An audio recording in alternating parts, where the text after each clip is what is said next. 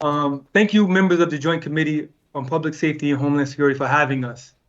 My name is Abiona Sharpe, and I sit before you as an affiliate of a number of groups who have invested in me, such as the Massachusetts Parole Preparation Partnership, Emerging Adult Initiative, YLC Young Men's Committee, the AACC, the Lifers Group, and Restorative Justice.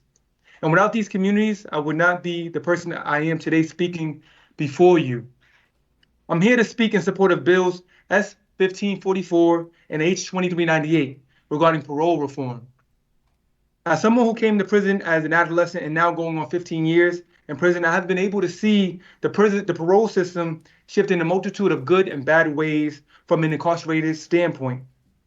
Being mindful of this, I would be remiss if I did not take a moment to acknowledge and show gratitude to the parole board chair, Tina Hurley, for her attempt to be more forward thinking regarding fairness, efficiency, and policy with parole.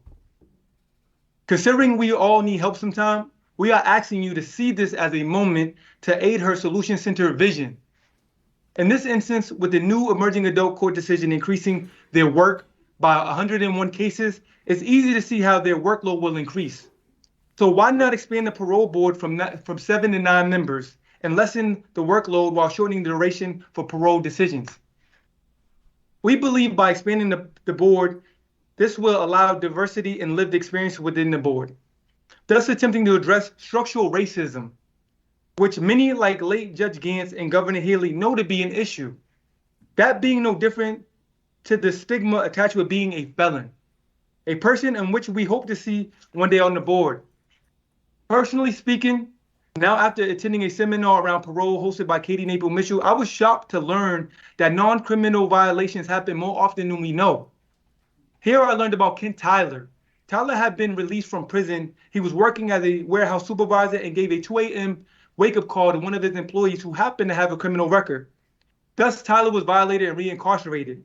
Being someone who will possibly be a parolee one day, it scares me to know that I or anyone else can be dragged from our home back to a place which is deemed one of the worst prisons in Mass simply because I was in the presence or called someone who, unbeknownst to me, had a record.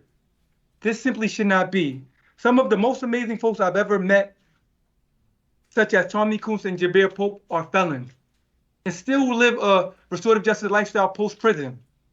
I would like to leave you with this considering Mass is a trendsetter in regards to education, transportation, housing, and mental health. I have to ask, why are we still behind regarding reform with mass incarceration?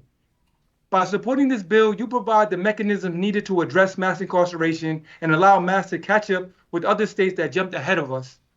So once again, I just want to appreciate you, and we want to appreciate you for this opportunity and time to speak to you. Thank you. Thank you, Mr.